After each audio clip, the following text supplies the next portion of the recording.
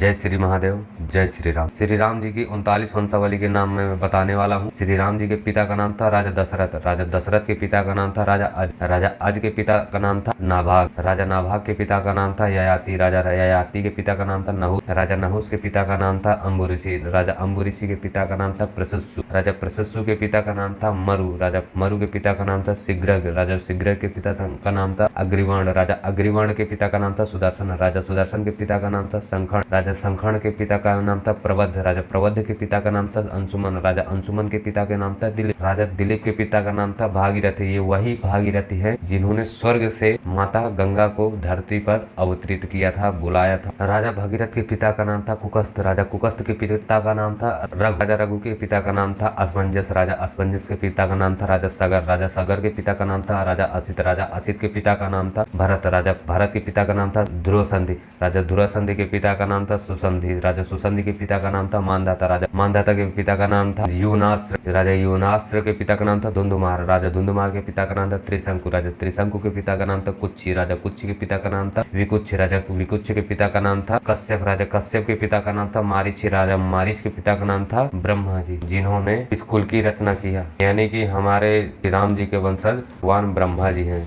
माने उनको श्री राम।